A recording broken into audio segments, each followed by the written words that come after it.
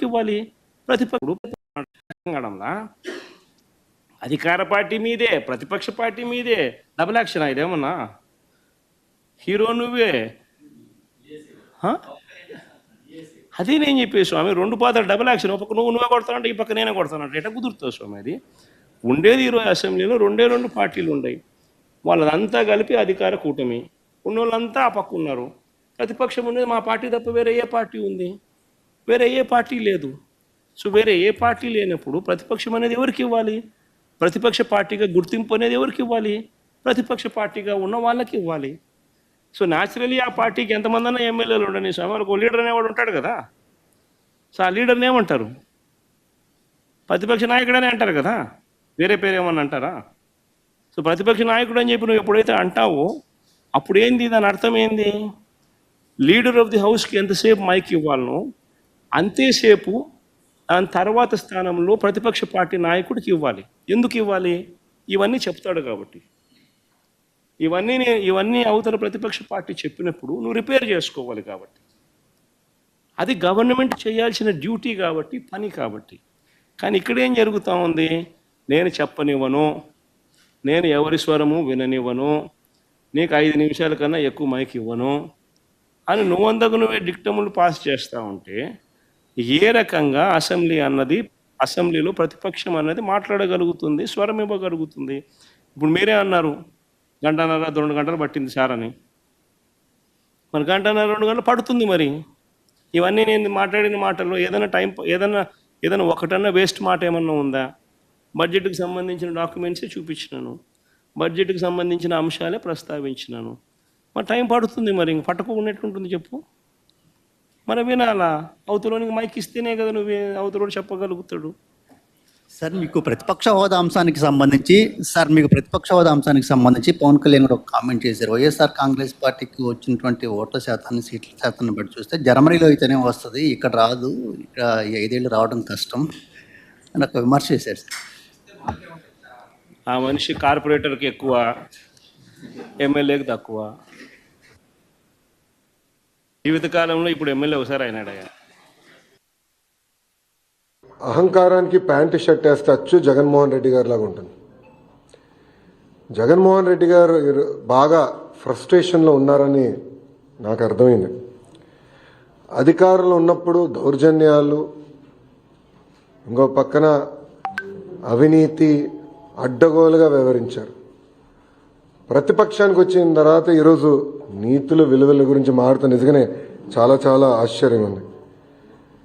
జగన్మోహన్ రెడ్డి గారిలో మేమందరం కోరుకునేది ఏంటంటే ఒక ముఖ్యమంత్రిగా పనిచేసిన వ్యక్తి ఉందాతనంగా మాట్లాడతారు, వాస్తవాల దగ్గరగా మాట్లాడతారు, ఒక వ్యక్తిని కించపరిచే విధంగా కించపరుచుకునే విధంగా మాట్లాడతారని అనుకున్నాం. కానీ ఇదంతా చూసిన తర్వాత ఇందులో ఆయనకి ఏమీ లేవు, ఏది రాదని నాకు అర్థమైంది. అధికారంలో ఉన్నప్పుడు ప్రజల్ని కలవలేదు, ప్రతిపక్షానికి వచ్చిన తర్వాత హౌస్కి రారు. అంటే ఎప్పుడు దూరంగా బతకాలని కోరుకునే వ్యక్తి జగన్మోహన్ రెడ్డి గారు.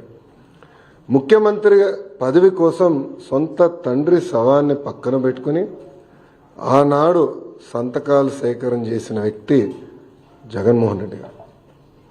2019 ఎన్నికల్లో సొంత బాబాయిని లేపేసి మేమేదో చేశామన్న నింద మా పైన వేసిన వ్యక్తి జగన్మోహన్ రెడ్డి గారు.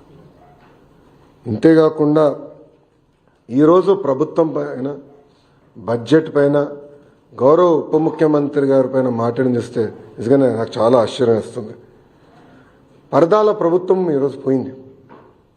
అదేవిధంగా బూతులు తిట్టే శాసనసభ్యులు కూడా పోయారు. ఎప్పుడు లేని విధంగా ప్రజల కోరిక మేరకు ప్రజలకు ఏదైతే అవసరం ఉందో అది ఈరోజు బడ్జెట్లో మేము పెట్టుకుంటాం జరిగింది. ఎన్నికల ముందల వై నాట్ 175 అని పదే చెప్పిన వ్యక్తి ప్రజలు 11 స్థానాలు ఇచ్చారు. ప్రజలే మీకు ప్రతిపక్ష హోదా ఇవ్వకూడదని నిర్ణయించుకున్నారు. అది ఆయన ఇప్పుడు కూడా తెలుసుకోకుండా నిన్న చెప్పా, వన్డే ముఖ్యమంత్రి కరెక్ట్గా హౌస్ ప్రారంభమయ్యే రోజు మొదటి రోజు వస్తారు, నాకు ప్రత్యేక హోదా, క్షమించండి, నాకు ప్రతిపక్ష నేత హోదా ఇవ్వాలి అని కోరుకుంటాడు, వెళ్ళిపోతాడు. మళ్ళీ ఎప్పుడు ఆయన కంపడు. అలాంటి పరిస్థితి మనందరం చూస్తున్నాం. ఇప్పుడు ఆయన ఆలోచించాలి, ఎందుకు 11 స్థానాలు ప్రజలు ఆయనకి ఇచ్చారు. ఆయన ఆలోచించాలి, ఎందుకు సొంత తల్లి చెల్లి కార్యకర్తలు నాయకులు ఆయన నమ్మట్లేదని. మొన్న బ్యాలెట్ ద్వారా దాదాపు 67% ఓట్లు కూటమి అభ్యర్థులు ఆల్పాటి రాజేంద్ర ప్రసాద్ గారు, ఇంకో పక్కన రాజశేఖర్ గారు ఓట్లు సాధించారు. నేను చెప్పా, ఈవీఎం అయినా బ్యాలెట్ అయినా గెలుపు కూటమి ప్రభుత్వం. అలాంటిది ఈరోజు